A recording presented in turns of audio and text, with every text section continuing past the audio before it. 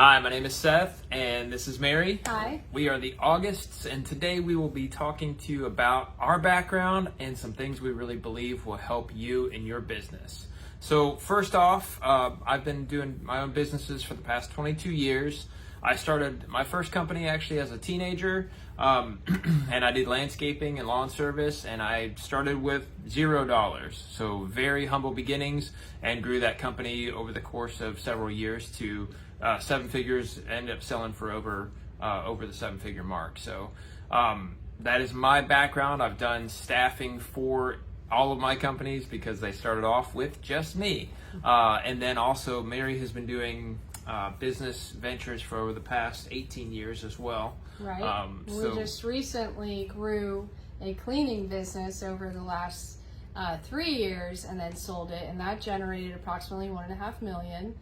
And Seth has also been in a trucking business, and this was my second cleaning company that I grew and sold. And then before that, I was in a different company. It was actually a pet-related company that I grew.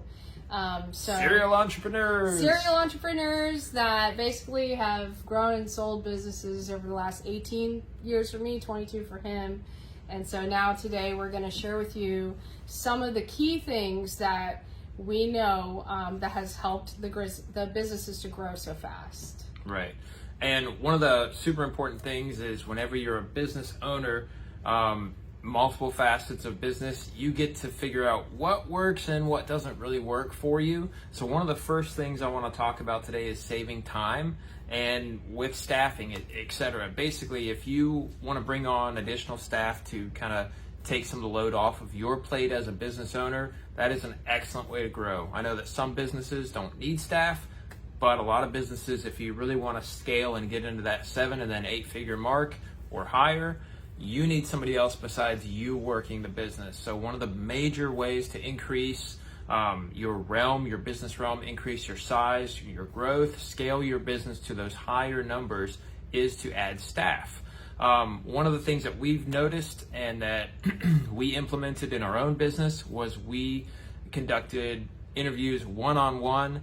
And sometimes a person would show up, sometimes they wouldn't show up, sometimes they were very late, and other times we had people... Red pepper. Yeah, red pepper. We had people show up, and they instantly, as soon as they walked in, I was like, I don't think this is going to be the face of our business.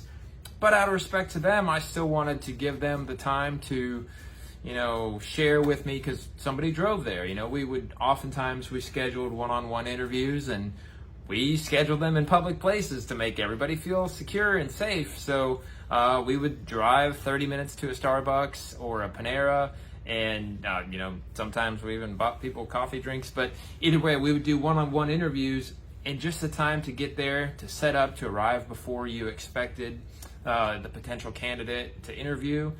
You're out an hour, and you may or may not have hired somebody, or you may have just blown an hour plus then an hour or 30-minute drive back. So you're out the better part of an hour and a half to 2 hours, and you might not have gotten an individual. So we started doing group interviews, and that saved us a lot of time. Worst case scenario, if you set a group interview for 10 people and only 6 show up, you had 4 people that didn't show up. Either they thought they could do better, or the job wasn't for them, but you didn't waste 4 times an hour and a half, so what's the math on that, like 6 hours or something. You didn't waste 6 hours on the people who weren't either qualified or weren't desiring that position. So group interviews worked wonders for us, and there's a couple other tips I want to share with you, but I'm going to turn it over to Mary so she can share a few tips with you guys as well. Thank you. So red pepper was our code word. Yes. If you're wondering why I said that was our code word when someone came in and they were like hot mess express, like, look like hair's going everywhere, and they're just in a major hurry. Didn't seem like there was any stability going on. That was our code word that we would use to let the other person know, I don't want to make this higher, so don't go farther into the interview. Let's save our time and back off. So just so you know, that was our little interview code word we used, red pepper. So my side of the business is sales and marketing. So I grew these different businesses. I did a lot of the hiring in the past, but I learned that I have certain skill sets and qualities, and Seth does too. And he is great at staffing, and I am really good at sales and marketing and search engine optimization. So what I did for the business is a combination of things I'm going to share really quick, because I know you probably, if you're like me, you value time. So one of the things that I did for our business is not something I've ever learned from another individual book or course, but it was something I learned on my own through reading the different books and learning the different techniques of search engine optimization and all the courses and things that I learned about paid ads. I took the concept and merged them together. And basically what I would do for our company to grow it really fast, and it worked, is I would combine search engine optimization with paid ads. And that business skyrocketed. This most recent one is the one I'm talking about, this cleaning business we just grew and sold. So, search engine optimization sometimes has a bad rap, and there's a lot of people out in the market that will rip you off, take your money for SEO, and really they don't know what they're doing, and they either are doing it the wrong way, or they have no idea what they're doing at all, and they're just happy to take your money for really nothing. And a really quick story about SEO is when I did my first cleaning company, at that time I was a single mom of 3 kids, and they were toddlers. So it was tough to be a mom and run a business. And I wanted something that would allow me to be a mom for the kids or be there with them. So the first cleaning company I grew, I was like, I know SEO. I know if I get our website at the top, we're going to compete with the top competitors. And that's exactly what happened. So by what I knew with SEO, I put it into a website, and our website was ranked in the top 3 position in Gainesville, Florida. That's where the first company was. And we were competing with the top competitors in that market for that industry.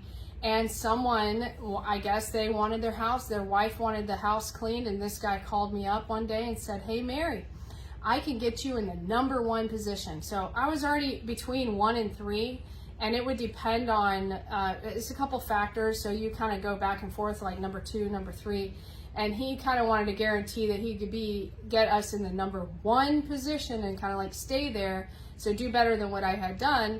And at that time, I thought, sure, why not? So he wanted to do a trade, so we did cleaning for his wife, and in exchange he did a new website and the SEO, and it tanked. That business for months until I took it back over the SEO, it was crickets, no phone calls, nothing. And he tried to buy time. I said, just wait. And I was like, no. Finally I said, we can't wait anymore. And so I had to pull the plug on what he had done and redo the website with the SEO the way that I do it, and boom, we are right back at the top again like we were before. But that's just a little story so you understand. SEO, it does work when it's done right, but there are people out there that will just happily take your money, or in this case, free cleaning, for SEO that's not going to get you anything. So, but back to what I was saying, we combined SEO with paid ads. So, how do I explain to you what that really means? I mean, yes, we had SEO on our website, but we would implement the SEO into our ads is what I'm talking about. And I've never heard this taught anywhere. This is not something I picked up from anybody else. It's just something that I've done through understanding both sides of it, through all the courses and the paid ads I've taken and all the stuff I've learned about SEO. I put it together and I would create ads that used SEO in the ads.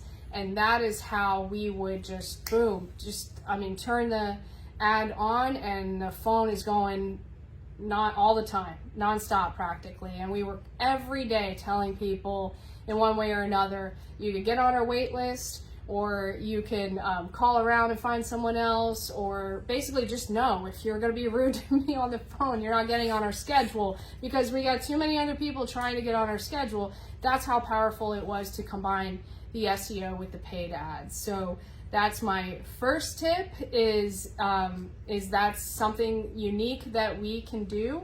And then I'll let Seth continue with more staffing stuff. So another thing with staff, so most of us who are business owners, entrepreneurs, we've worked for somebody else in the past. And I remember working for somebody else. Actually, before I started my first business as a teenager, I worked for a company, and let's just say it was not the greatest experience. So I kind of made myself a promise. Hey, if I start a business, and this is when I was like 15 years old and I worked for somebody else, if I start a business, I'm going to do this, this, and this differently.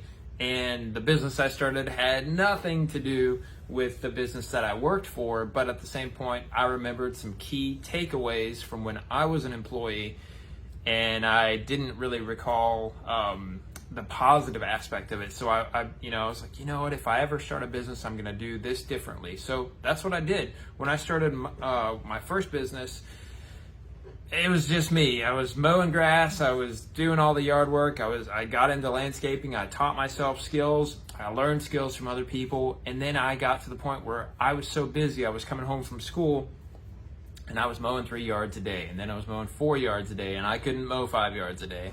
So I was like, oh my gosh, I'm 17 years old.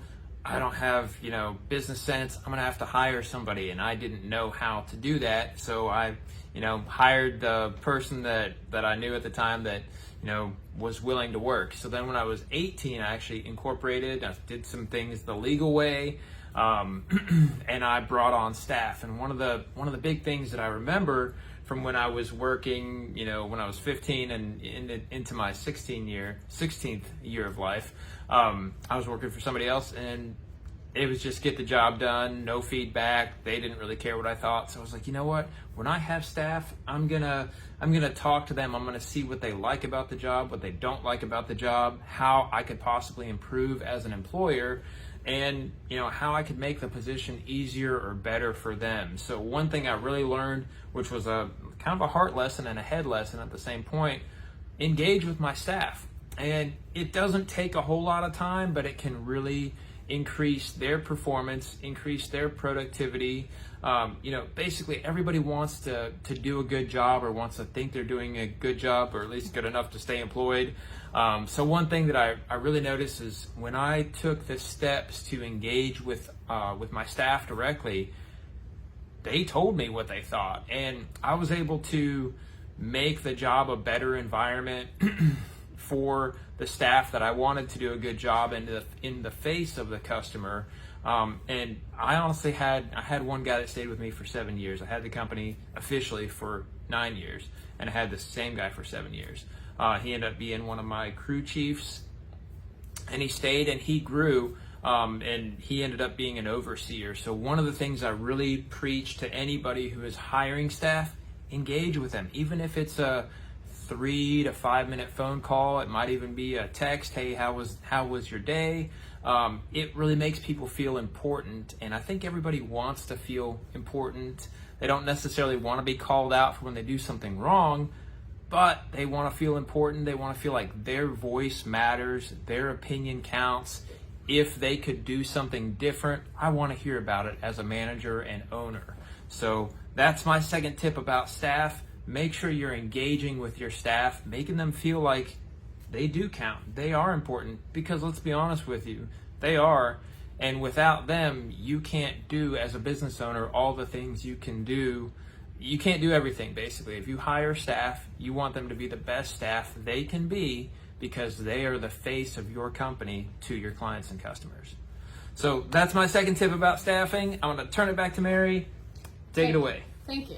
So just a quick caveat with what you're talking about with the staffing. Remember, we had the story where the guy called us up and he told us, hey, I tried to offer a direct job to one of your cleaners. You must really take care of them, because they wouldn't come and take my money directly. And it built loyalty with the staff, which is in certain businesses, that's really important. In a cleaning business, that can be very important. In other business, service-based businesses where it's like, let's say, HVAC techs and things like that, some of these companies, if you have someone in there and they're looking to build a little side thing for themselves, some of them are not above taking your clients from you. So it built loyalty with the staff. It also helped the staff to perform much better, which then made our clients happy, because we got calls all the time from clients telling us, man, your staff, they're happy. They're always talking positive about you. I mean, they don't complain about you at all. You must be really great bosses. They tell us how they love you. And, you know, in my past as a business owner, I would have thought, how important really is it to, you know, to take care of your staff?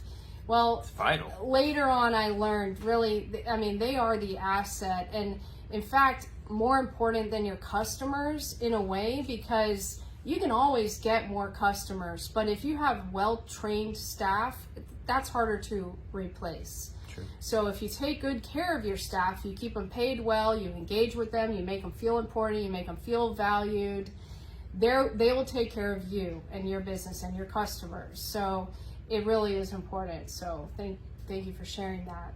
I'm going to talk about two quick concepts. The first one I'm going to draw. So back in the day when I was doing business by myself before Seth came in the picture, if you can't tell, we're married and we do business together. But back in the day when I was doing it by myself, I used to think, man, I'm just one more hire and then I'm done hiring. And then that I would make a hire, and then eventually somebody would burn out, and then I would be like, man, back to square. They would quit or something, and I had to make that hire again. It was like 2 steps forward, 1 step back all the time when I was doing this back in the day.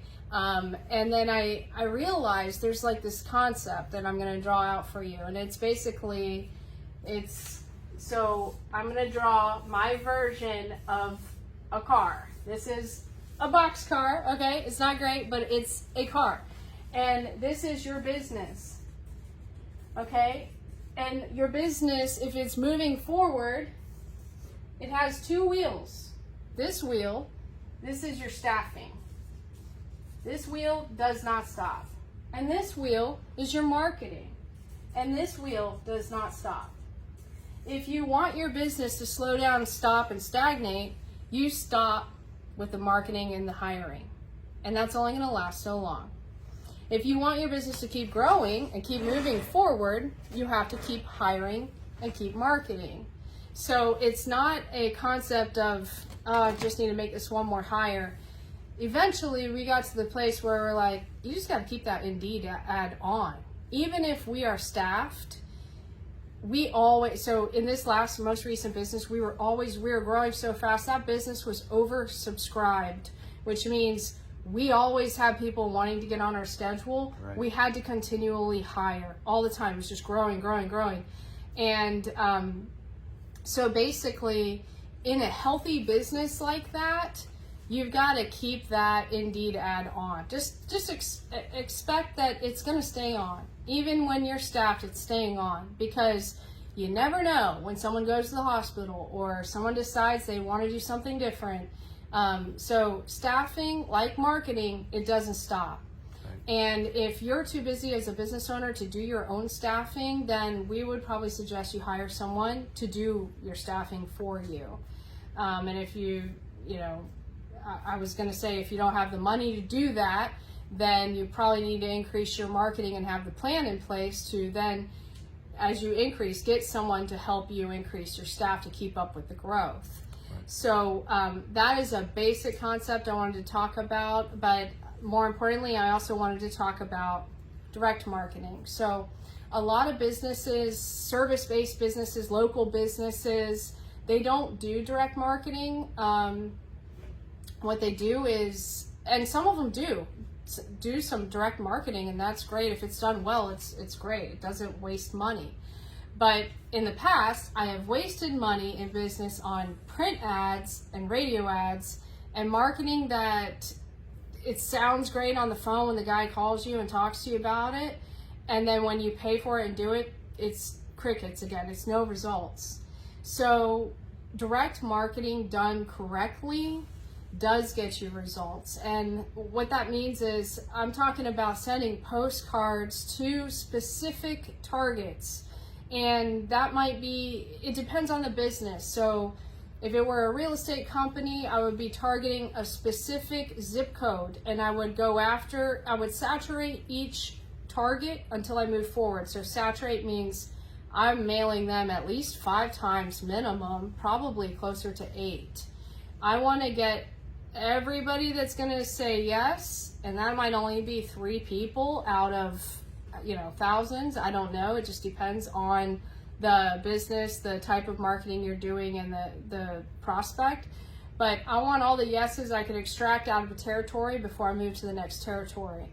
So the shotgun approach is throw it all out there, spend a few $1,000s and let's just postcard mail everybody in the city, and then crickets, or you might get a call or 2, versus you take that same money and you saturate and you go market by market, territory by territory. So this zip code, then that zip code. Or if you're not doing it by zip code, let's say you're marketing to restaurants and then you're marketing to auto shops, and you move in territory, so that way you've extracted everything you can out of that territory or market, and then you've moved to the next one, and you make the chances so big for you to win that whatever the failure rate is, it doesn't matter. So 10,000 leads, if you get 2 or 3 to say yes, but those 2 or 3 equal a couple $100,000, it doesn't matter that 9,000 something said no, right? So direct marketing done correctly is another thing that we've done to quickly scale business. Back to you, Seth. Thank you. So once you get all that business, so basically, as Mary said, your business is basically a car with 2 different wheels. You always have to keep them rotating. But what happens when you get all the business?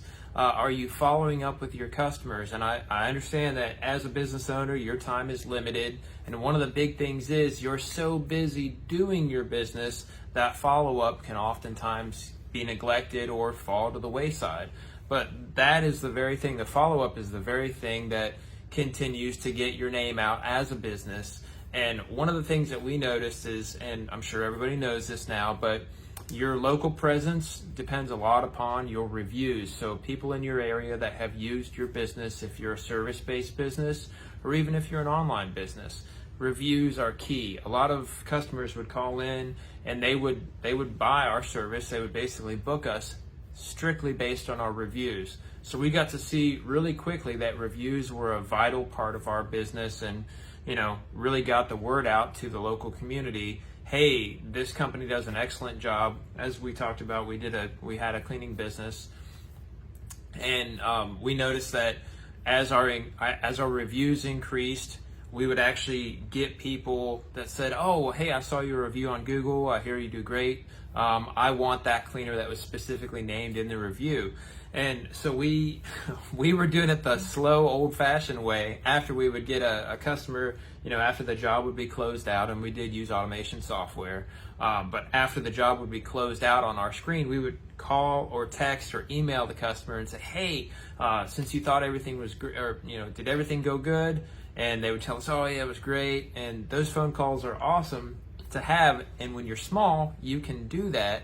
But as we grew and we were getting 30 plus phone calls per day, people trying to book and be on our schedule, then we're working until 7 o'clock in the evening and 8 sometimes later, then that follow-up can't happen at 8 or 9 o'clock at night for the cleaning that was done at 9 o'clock in the morning. So one thing that we really utilized as a company was an automated service provider that that texted and sent an email every time the job was closed out in our system. This software sent an email and a text message directly to that client and said, "Hey, if your experience was awesome," and I don't know exactly word for word how it was written, but it basically asked the client or the customer to give a 5-star Google review or Yelp, and that way others in the community would know that we did a great job. And that, as soon as we started doing that, we noticed our reviews more than tripled in a very short amount of time. I want to say within a month to 2 months. and we already had the highest reviews in our area, but that amount tripled because we weren't forgetting to call that customer every single day for the 8 or 9 jobs that were done. We weren't having those extra 30-minute phone calls with each person, because oftentimes when you do a great job, they want to tell you how great the person was and how they did this and that had never been done in their house and this and that, which is excellent.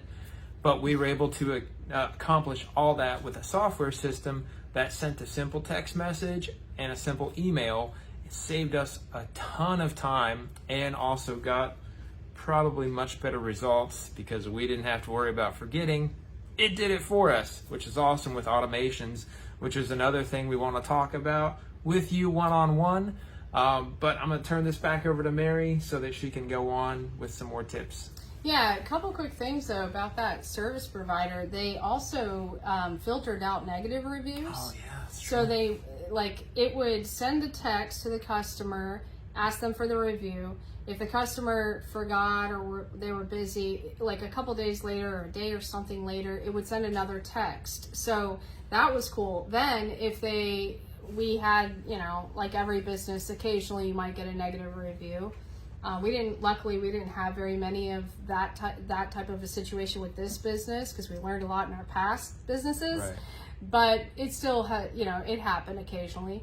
And the software would actually filter those out. So the person would think that they were posting a Google negative review, but it never even made it onto Google. And then another thing that software did is it was connected into our website. So when the person posted the positive review, which we were getting reviews every single week, it would then show up on our website. So the website would be like, so-and-so just, and like it'll show their 5-star review. So-and-so just said this, so-and-so just booked. And it was like this live, live feed going on that also just like helped pre-sell the customer on the website, because they'd see the reviews there too. So those are some awesome things about that, which we can talk about later with our clients. If you want to be one of our clients, if you want to learn from us, we're happy to share the information. And then one more quick thing I just want to say is, well, I guess 2 things. One thing I want to say is, first of all, how important it is to pre-sell the customer. So me being a mom, what I always wanted to do is, how do I save time and compress the amount of time I'm running the business? Because we were basically we ran that last business remotely. And the one before that, I ran it remotely as well. But the last one we ran it remotely from home, so that we're here when the kids are getting home from school. Seth went and picked them up from school. I drove them in the morning. And in the day, between whatever it was, 9 and 3-ish, I'm taking the phone calls, the texts, and the emails from the customers. And then later in the evening, he'd be shooting off like 5 o'clock or something. He'd be shooting off the texts or the phone calls to the staff, which that last one, we started off right away with like 25 to 30 grand a month in that business, just because of the paid ad / SEO technique that I talked about. It was very quick. So it immediately, like wildfire, took off. And then, but yeah, this allowed us to free our time. So pre-selling the customer, what I'm talking about is, I set up the website and everything in such a way that by the time they get on the phone with me, I can close them in 2 minutes. And that's also how we were able, we had probably like a 90% closing ratio or something with people. In fact, as I said before, I often, like every day, would block people from coming into our business, because I was able to do that because of the level of demand for this business with how we did it. But the website was set up in a way that it pre-sold the customer. And so there were certain aspects of the website that we did that when the customer got on the website, they'd look at the reviews, of course. Usually they'd probably see an ad. It would take them to a website. They'd see the website. They get pre-sold by what they read on the website, and then they may go check our reviews, and then they call me. So when they call me, I had like 3 or 4 quick questions and let them answer those, and then boom, they're on the schedule that fast. And then I'm able to get off the phone and take the next one, and it was like very fast-paced transaction. So We actually built it up to, and it was a small local cleaning company in a brand new town. We didn't know anyone, had no connections, no network, no nothing when we moved here and started that business. It was 25 to 30 grand a month from the beginning, and it generated approximately around like 1.5 million, give or take, might be a little more than that, in about 3 years, and we sold it. So, but pre-selling the customer is important. Setting up the website and everything so that it cuts right through any fluff and nonsense. It gives them exactly what they need, and they are able to connect with you very quickly. And setting it up so that you move all the hindrances out of the way for the customer, so they feel like when they are making the decision by looking at your website, they're pretty much mostly made their decision at that point, or they might be almost there, like 80-90% there. When you get on the phone with them, boom, you just make it so easy to close the sale, put them on. And then what I was going to say is we had, I think it was 768 clients, some of them 6-figure clients. They're not all little tiny houses. So we had house cleaning, we had commercial cleaning, we had it together. And most of those were recurring, so recurring revenue. So a home client on the low end would have been a $3,000 a year client because of how we charged, and they'd be recurring.